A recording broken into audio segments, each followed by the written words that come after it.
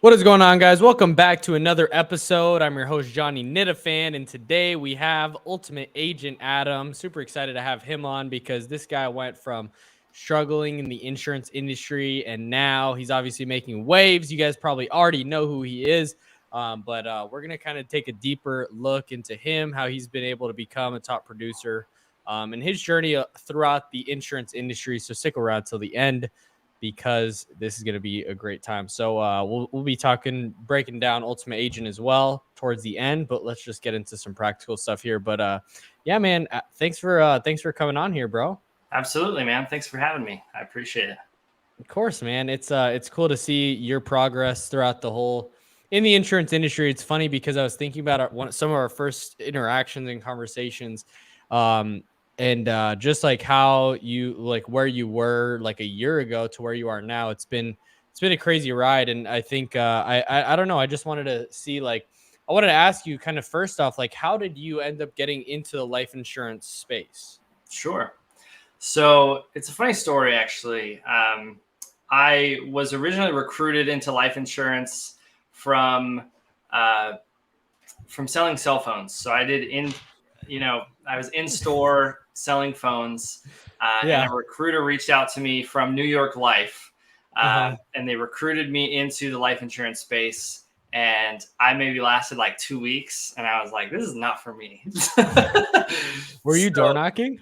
no, I wasn't even making a sale. I hadn't even made a sale yet. I was just doing everything virtual. So it was just from home, first work from home job, and it was just hard to get accustomed to it. And I don't know, I didn't like it. So Yeah. I switched over to doing health insurance. So I was doing ACA for about a year and a half. Um, and then me and you got connected through Cody Askins. He had his Rising Star program at the time. And so we were just, hanging out, talking at that point. And, I connected with you, and I was thinking about getting back into life insurance because I was more familiar with the space at this point and wanted to grow my business. And so you're actually one of the reasons why I jumped ship from the ACA side and went full time with the life insurance. Boom, That was about dude. a year ago. Yeah, man. And yeah, it's crazy to see kind of where you've come from there. What made you want to switch from health insurance and ACA to like life insurance? I think the biggest thing was just trying to bump up my income.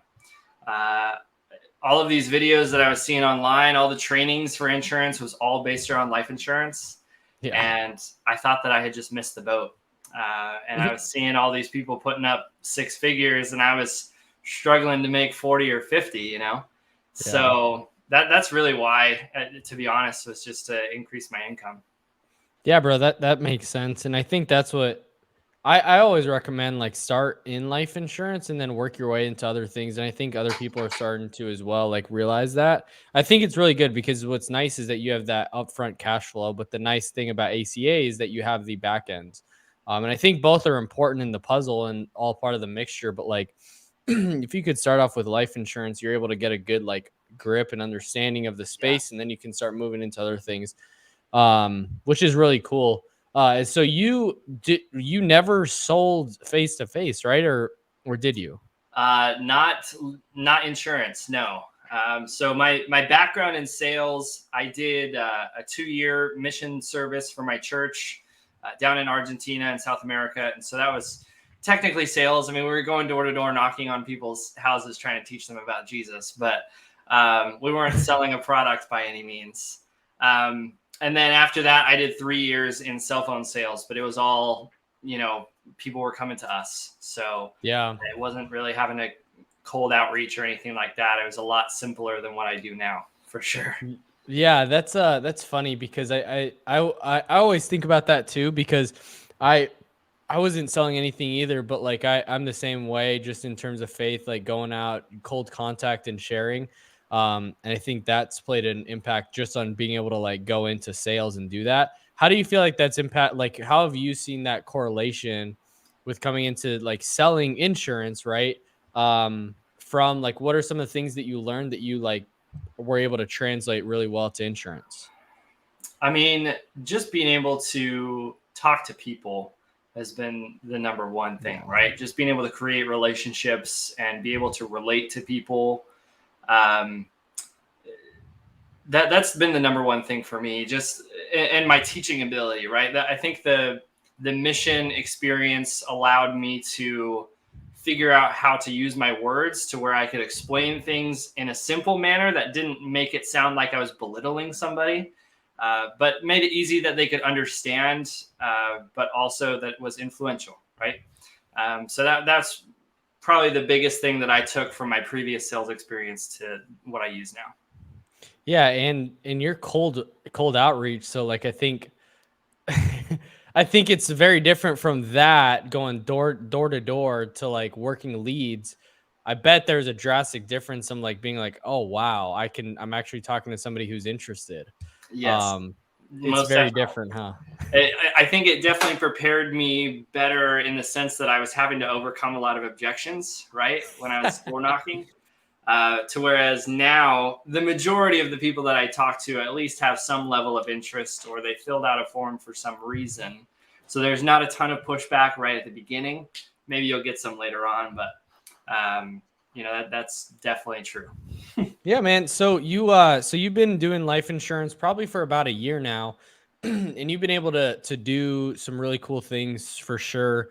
I think walk us through how you were like your journey for the past year on how you've been able to really start scaling up your production as a producer. Sure. So I'll be honest, my first about 6 or 7 months was not pretty. I did what I think a lot of new agents do, where I was just kind of coasting and selling enough to get by. I'd probably close, 2 or 3 mortgage protection policies a month. And that was enough to pay the bills. Right. Yeah. So beyond that, it was mainly just being lazy. And I don't know if it was lack of experience. I mean, I definitely had watched enough training videos, read enough scripts to kind of know what to say. But it was really getting myself into the right mindset of being able to sell and be influential to people and overcome objections and all that stuff. Right.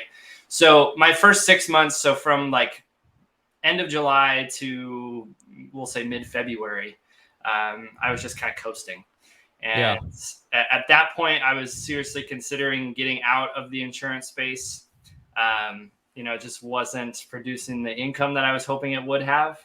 And if I'm being honest, the only thing that was keeping me in it was the hope that I would be on the Ultimate Agent and that would somehow change my experience or, that it would help me in some way. Yeah. Which it did, but I'll get to that in a minute. And so that was kind of my first little bit in life insurance, was just getting by. And then post Ultimate Agent has been a complete 180. I've probably 10x'd my production from before in just the last like 3 to 4 months.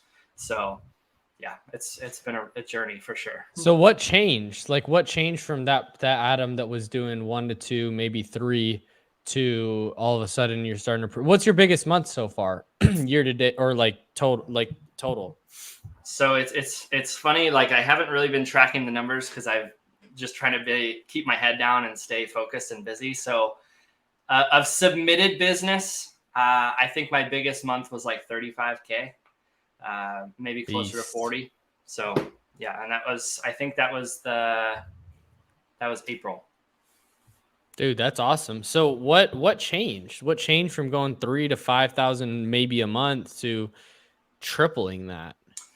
So I would say the biggest thing was just like belief in myself, right? Just knowing that I could do it because I had to do it, and from a performance standpoint, on the show.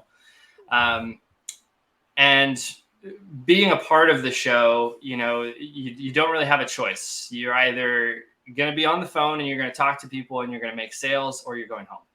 Yeah. So I wasn't going to go home. So I really just had to grind. And that made me realize all the things that I wasn't doing here at home and how much work I was not putting in. And so when I got back to the house, I kind of laid out for myself what I wanted to do, how much production I wanted to put up. And that really just kind of launched me into the projection that I'm in now of, I probably run about 5 to 10 appointments a day, and I'm closing on average, let's see, a week, I'd probably say somewhere between 3 to 7 policies a week. And that's off of all my own self-generated Facebook leads as well.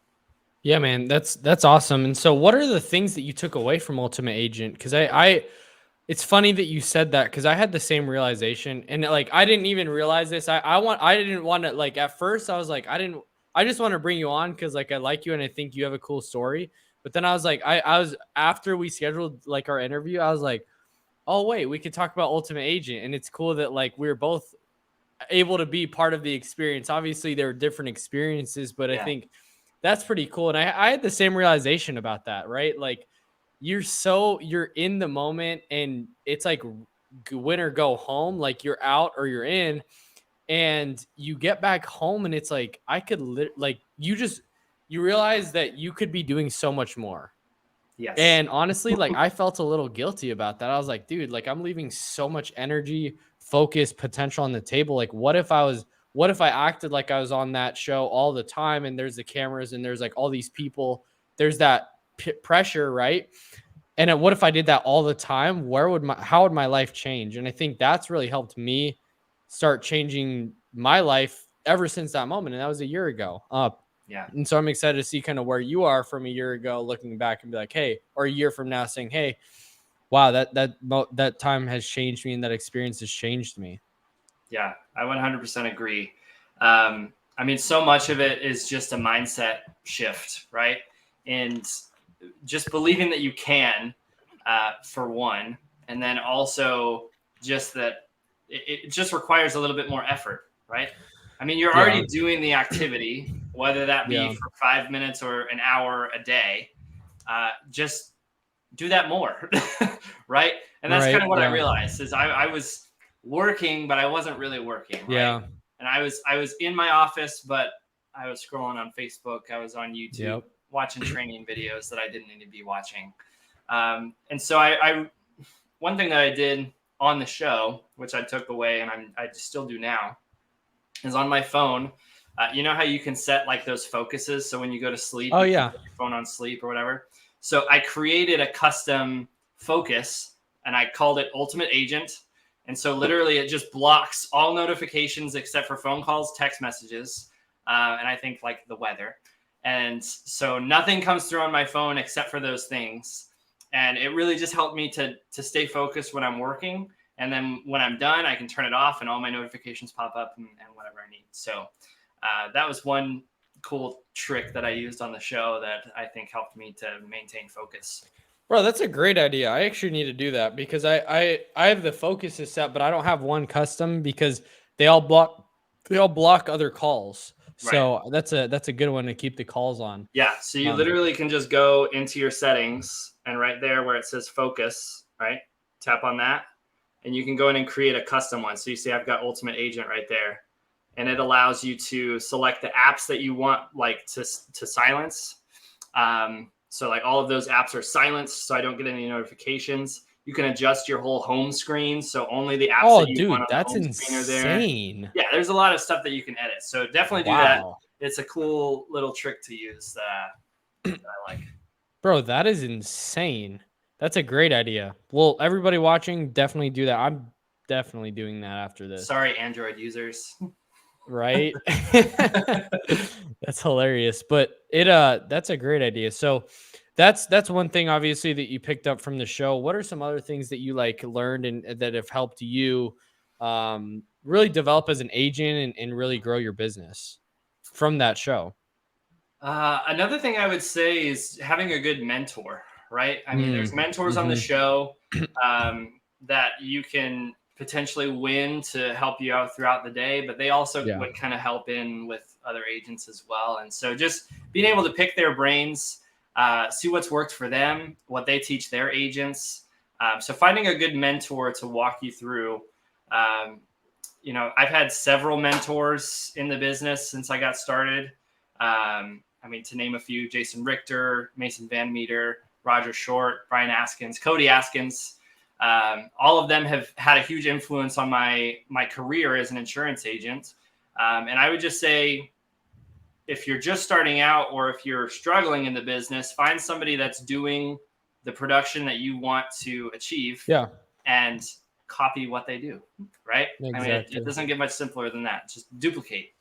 That was a big thing at 8% this year was duplication. Cody had this whole thing where he talked about growing his social media and how he would just duplicate what other people were doing. Whatever other people had success with, he would do, and that helped him to grow. So same principle applies to insurance for sure. Yeah. What are some of the things that you learned from the mentors? Because I remember that was one of my favorite things, is just like getting around people that would help me level up just my IQ and like my like wisdom in the insurance industry, in the business realm. What are some things that you really picked up from them that you learned along the way? Like sitting beside them. I don't know if you got a lot of window time with them. Whatever that looked like. Like, what are some things that you learned from them? So one big takeaway that I learned from Ashley on the show. So what she did was she had created this PDF that basically had all of the basic information that you would need to collect from somebody to be able to just run an initial quote, right? Yeah. So it asked the specific health questions that you would need to know, height and weight, all that kind of stuff. And so that was a huge thing for me because I kind of struggled in the beginning to figure out what kind of questions I should be asking, like when I should be asking those questions. So I have two things that I do now. I have one document that just has a list of fact-finding questions, like, why are you looking into this? Like, what has you looking now? What's prevented you in the past? Blah, blah, blah, right? All those different things. And then I created my own version of that sheet that she had, to where basically, I don't know if you'll be able to see this, but you have two columns here. So on the right side, you have like all their basic demographic information. And then on the left side, it's questions like, do you smoke tobacco? Have you ever had a heart attack, cancer, stroke, blah, blah, blah. So it asks all those questions that you would find on an application. And I literally just ask it within the first like 10 minutes of the call. So that way, when I'm actually going through the application later on, I have the answer right there, right? And I can ask clarifying questions as needed, but that's really helped to streamline my application process. And then what does stuff pop up, or like, what's that look like? Yeah, so it's definitely helped me to find underlying things that I wouldn't necessarily find beforehand, in other situations. So like, complications of people's hearts, or like diabetic complications, or different medications that people might be taking. Because I said, do you have XYZ? They said, oh yeah, I take a medication for this. Which 2 seconds ago I said, do you take any other medications? And they're like, no, I don't. Oh. So, it just helps to uncover more stuff that you wouldn't necessarily have otherwise. That reminds me of yesterday. I was talking, I could not stop laughing after this. I was talking with a client and she's like, oh yeah, I'm healthy. Like maybe give me like 3 or 4 medications.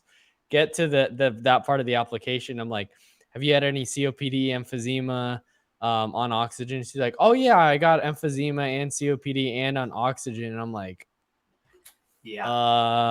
what? But it's that's good. That's a good fact finder to be able to figure that stuff out.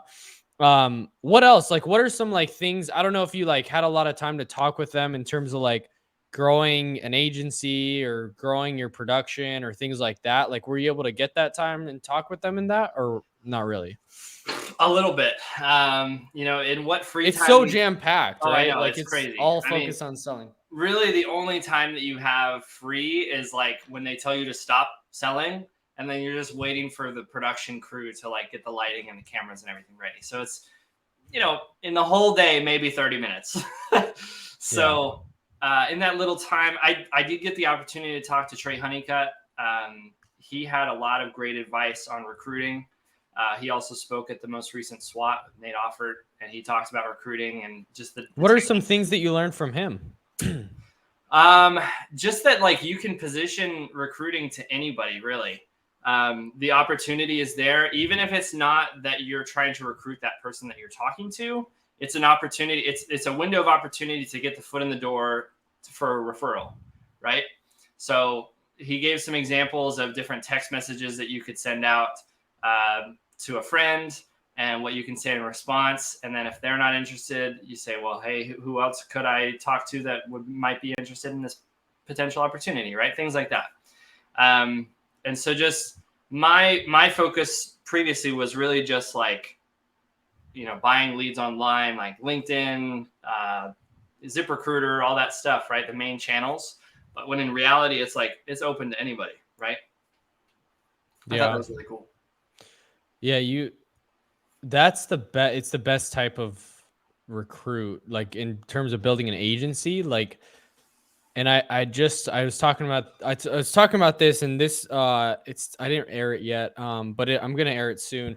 A podcast with one of my good buddies, Elijah Canojo, and we were talking, and the power of content is huge, and that's like as good or better than a warm market lead, or no, not lead, but like recruit somebody like wanting to join the agency, because people who watch content and they look and they're able to like really see you, it's like you've already built a relationship with them and you've like never talked to them, and it's like super super super powerful. So like anybody watching this, I literally will continue to preach this every single day. Like, start creating content, whatever it looks like. Just start creating content. And you've started creating content a little bit too. Like, how has that really helped you and really growing as well?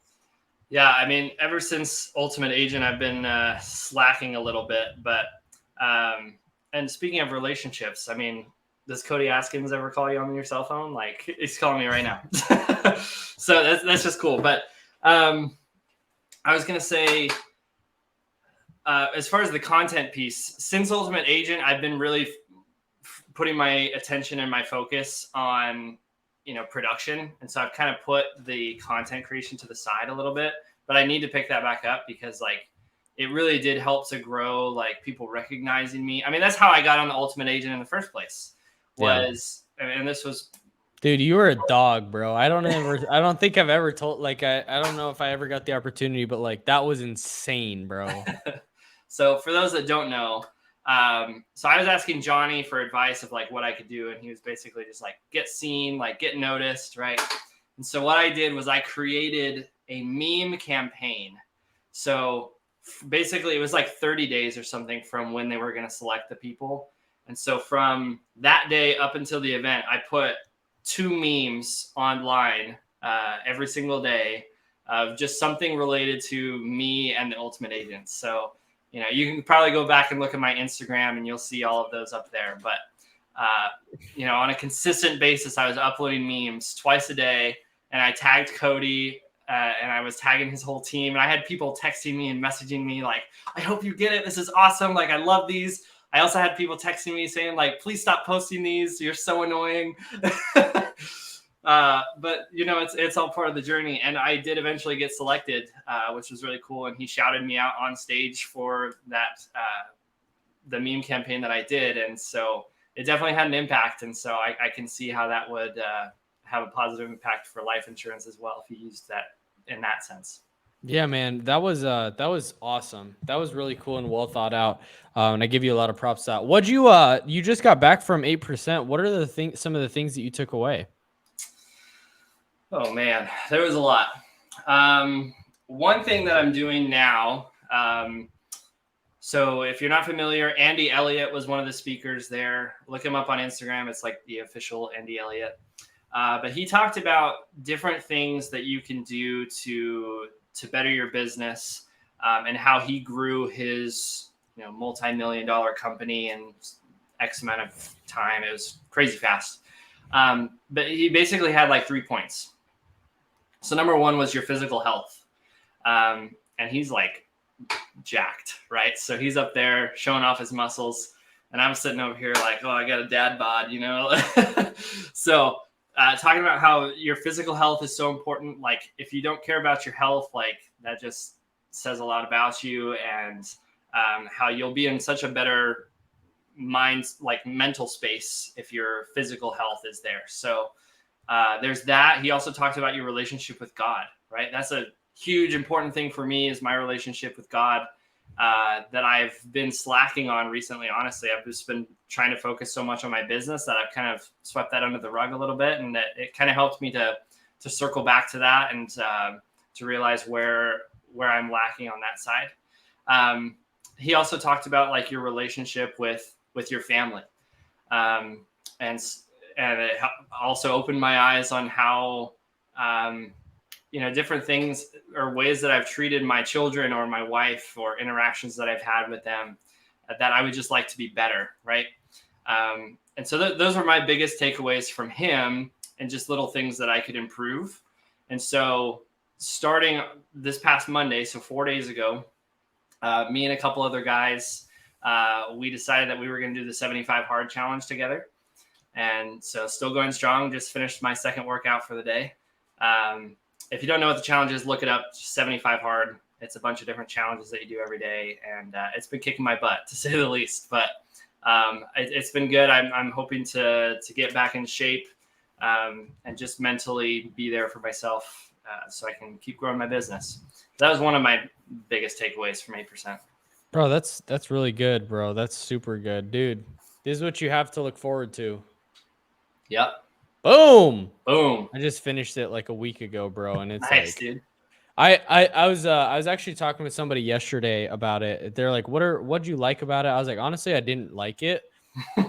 But what's cool is that what I realize is like, it's not, because he's like, what's the hardest thing about it? And it's like, it's not hard, but it's a bunch of little decisions that you have to do right to like, that's what's hard. Is you have to consistently say yes and continue to commit a little bit a lot. This You is have to do it a lot. Yeah, exactly, bro. So it's like when it started getting like 120 degrees out here in Phoenix. Yeah. And it's like, I just got done with selling all day. And I'm like, do I really want to go for a walk right now or not? And like, shout out to Bailey. Like, she's like, let's go. Like, I'm not letting you not do this. And I'm like, all right, let's do it.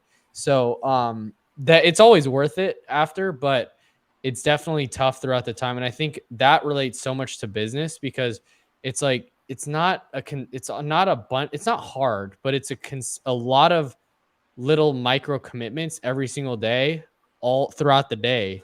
Yeah. That makes it hard. Like, are you going to put your phone on do not disturb and not go on social media and actually hammer the phone? And then after you get off the sale and just make a sale, are you going to like go on social media, or are you going to go back on and keep dialing? Like, that's a little micro commitment. And so I think for people watching and listening, like, take that in and be like, it really isn't hard, but it's a lot of small commitments that'll make the greatness happen. I like the saying brick by brick, because if you just put the brick one day at a time, you'll build like a massive empire. But it's like one brick at a time, because it's like, what happens in a year? What happens in 5 years? What happens in 10 years if you continue to put the brick on the brick? So, bro, you what like, talk about like really the so obviously the Ultimate Agent thing was big, but what really like helped, like how have the generating your own leads and really taking control of that, how has that helped in your business as well? Oh, that's been huge too. I mean, just not having to rely on other people or other sources for my leads.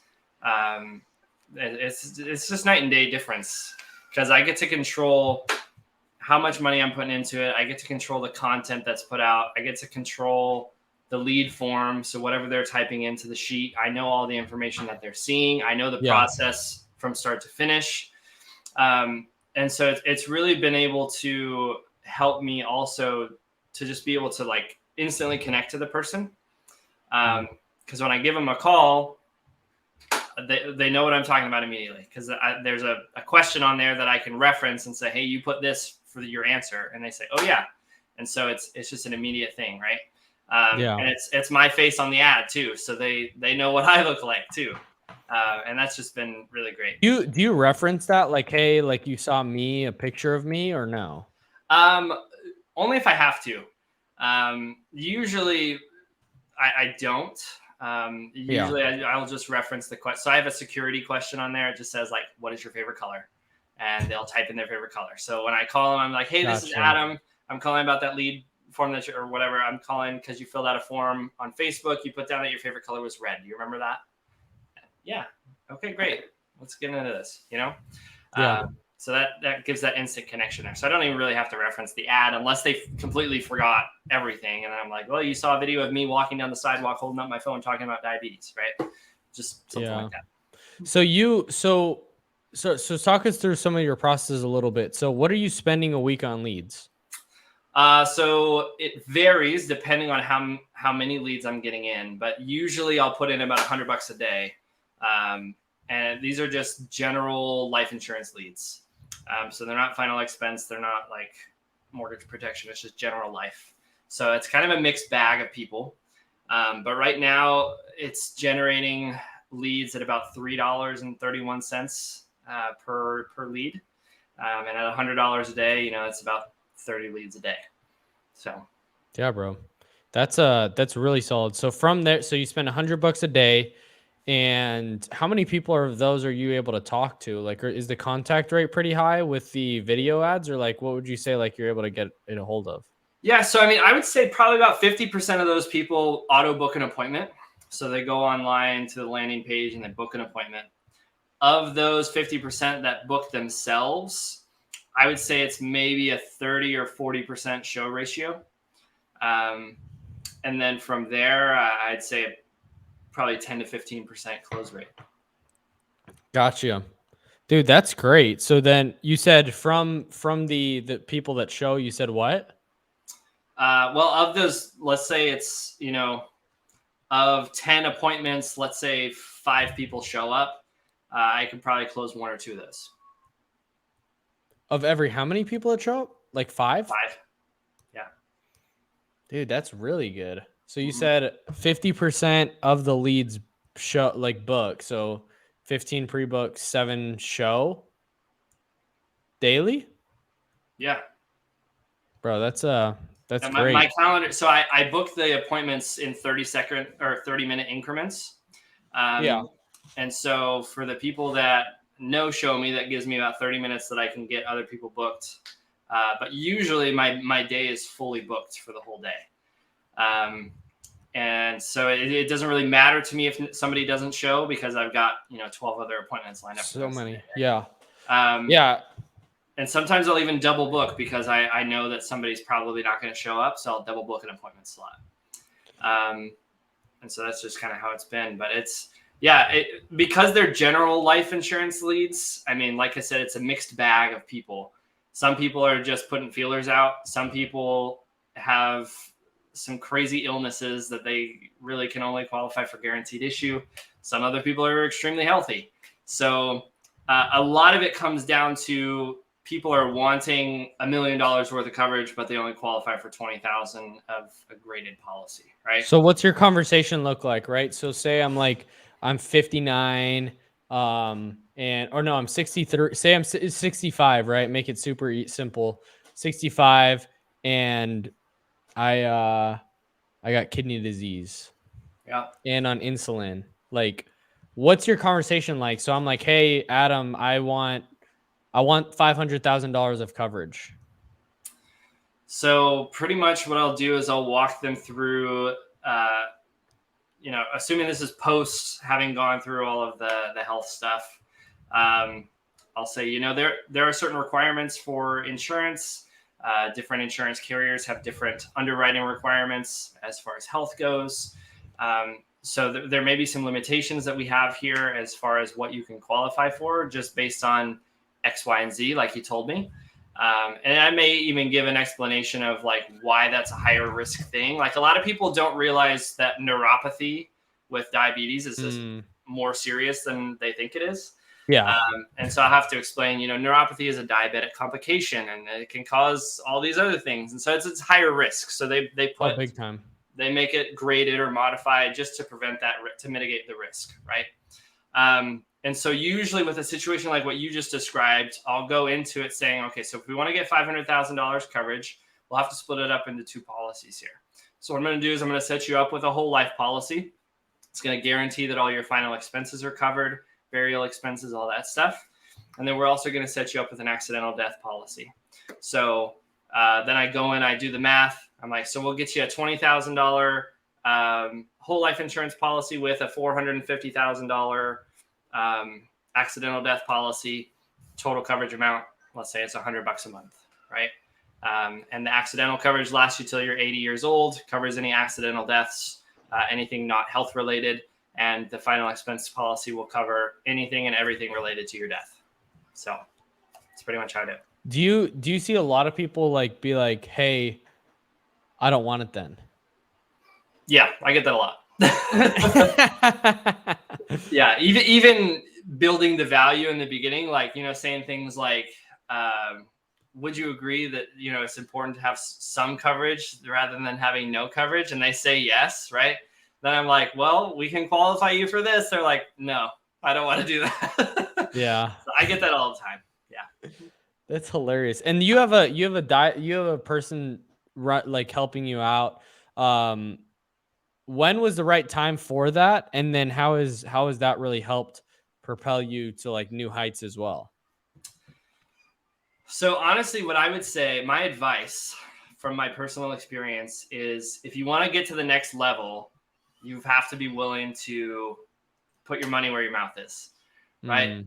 And I was teetering on it for so long, whether I should pay for somebody to help me set appointments or get an assistant or anything like that, because I was like, I just don't know if my production is there. Like I'm, you know, getting by with the bills that I have now, and I'm about to add another however many dollars a month to pay somebody else to help me run my business. But what I realized was offloading so much of the work that either I didn't want to do or that was just tedious, like office work, really helped to alleviate so much time that I could put towards selling. And so even though I'm spending, you know, let's call it $2,000 a month for an assistant, then on the other side of it, I'm able to write an additional 10 grand a month because of that, right? Because they're setting so many appointments. And so it's like, now those aren't real numbers by any means, just an example, but it's really helped me to see that if you want to grow, let's see, how is it? If you want to grow fast, do it by yourself. If you want to grow far, do it with a team, right? That was one thing I heard at 8%. So I thought that was cool. And my advice would be if you're kind of stagnant right now, but you're making sales, hire somebody to help you out, because it will definitely help you to get to that next level. And it definitely did for me. And it also holds me accountable too. That's the biggest piece, is now it's not just me sitting there, you know, saying, oh, I don't need to make sales or whatever. I could just go take a nap on the couch. It's like, I have to pay somebody's paycheck today. Let me go make a couple sales real quick. And so I'm constantly in that. It's more like I'm treating my business like a business now than I was before. So that's been really good for me.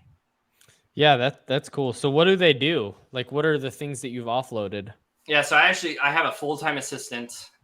So she does a little bit of everything. She does a lot of appointment setting for me. So all of the other 50% that don't book an appointment online, she calls all of them. And she'll book the appointments. She also calls all of the no-shows for the appointments, and she follows up and rebooks those ones. She helps manage my business social media. So just like the generic stuff, you know, on my business pages. She helps me with recruiting. So she runs like my recruiting stuff on LinkedIn and all those other pages, and does an initial interview with people for recruiting purposes. And then she'll turn them over to me. She helps me keep my CRM organized because I'm terrible at that. So I'll just send her over a copy of the application when I'm finished, and she plugs all their information in my CRM, make sure everything's updated with the amounts and everything. And it's taken a load of clerical work off my back, which has been great. Bro, that's actually crazy now that I think about it, because that's a lot of stuff that you mentioned. That's like, it's a lot, really good. Yeah, it's a lot. I mean, just the CRM part alone, I would spend hours every week just trying to keep up with, you know, okay, this person no-showed, this person made a sale here, this is their address, and putting all their information into the CRM to make sure it's all current and up to date. Like it's a lot, especially when you start producing more and more and more. I mean, previously, like pre-Ultimate Agent, I probably had 30 or 40 sales total. And now post-Ultimate Agent, I'm close to 200. And so it's like, I've just skyrocketed my business and I can't keep up with all this stuff and I forget things easily. So I'll just send her a quick message in Slack and then I forget about it and she takes care of it. So Dude, it's that's great. yeah, that's actually really cool because I was I don't know if you know Jeremy Miner, but I was Yeah. listening to one of his podcasts and he was talking about how it was it like it's a very like you're in an emotional state when you're like talking to people and selling, and then when you go to like entering in data and notes, it changes to a logical Yeah. point, like a logical mind, and it's good to keep your flow state, stay in the emotional mind, and like take the notes later and document those later after the day's over. Yep. But you being able to offload that, I think, is really cool. Yeah. And it helps me to, it's alleviated to where I can spend more time with my family now too, which was a big thing for me. Because I've got two little girls. I've got a 3-year-old and a 1-year-old, and you probably saw one of them up at the glass here a second ago. But they're always running around, coming in here to play, and they always want to see me, and I'm not always readily available. So just being able to alleviate some of my time to be able to spend with them, and like before we got on this call, I went and cooked dinner for my family. So it's been awesome just being able to have extra time to spend with them. That was one thing that was really important to me. One reason I got into insurance as well, so I could work from home and be with them. Yeah, I think that's cool because the reason why I want to start doing interviews kind of like this with people, maybe not doing, because I do interviews with like people who are doing, like I did one with Shadi the other day who did $1.4 million last year Wow. in like production. But then also people like us, so where it's like, yeah, you're not at that $1.4 million in personal production, but like you're able to live a great life and what the opportunity opens up. And like it comes in so many shapes and forms, right? There's like a Yeah. single dad that I interviewed the other day. And it's like you got a family with little kids, and like what insurance actually allows you to do is actually really cool. And I think that's why a lot of people get into it, but it's not showcased enough, I don't think. Yeah. I think it's all kind of one side. It's all like one catered one. It's all marketed one way. It's like you could have the jet, the nice cars, the nice whatever, but it's like, but like, what about the freedom that it actually brings, being able to hang out with family, spend time with that? And I think that's cool. And you're one of the people that I thought of in that because it's, I mean, does your wife work? Nope. She stays home with the girls, so it's just me. And that's another thing that's really cool. Like, what are some of the benefits that you've seen being able to have like run a business from home? That you're able to, yeah, like what are some benefits that you've seen being able to sell insurance virtually? I mean, obviously, something that's been important to us is like who's raising our children, right? Yeah. I mean, so many people send their kids to daycare, but like, what are they learning? Like, Yeah. who's around them all the time, and the influence that they get from other kids, and the sicknesses, and yeah. So we didn't want to have to deal with any of that. So I wanted to make sure that I had enough income to be able to provide for both of us, or all of us, I guess, so that she could stay home. And so it was a struggle at first getting into life insurance, just wondering, am I actually going to be able to make this work? But I think at this point, I'm a lot more comfortable where I'm at now, and it's been good from that standpoint. What else had you asked me in that last question? Yeah, like what other benefits have you seen? Like that's a huge one. That's a huge one, being able to like stay home and hang out with them. But what are some other things that you've seen besides like one, like obviously your wife raising the kids, but like that you've seen that are benefits? Just like the flexibility, right? I mean, I was able to go to 8% last week. And so I was there for 4 days. And then I was able to take a business trip and go visit with my brother and sister-in-law for 3 days. And I was able to work from there. I just had my laptop and my iPad, and I worked from their living room couch. And then I was able to come home and just keep working. So the flexibility of actually being able to work wherever you are is really great. So we can take vacations as a family, and I can still work while I'm gone. And so that the income doesn't have to shut off when we take vacations. Flexibility of my schedule day to day too. Like this morning, I had an orthodontist appointment because I'm getting some Invisalign. And so I was able to do that this morning. I went to the gym. Obviously, you got to be careful with how you divide up your time, and you need to make sure that you're actually blocking time to work. But it does give you flexibility when you need to do things throughout the day. If I was still working at Verizon, I would be stuck in an office from 9 to 5 and I couldn't go anywhere. Right. But now I have that ability if I need to.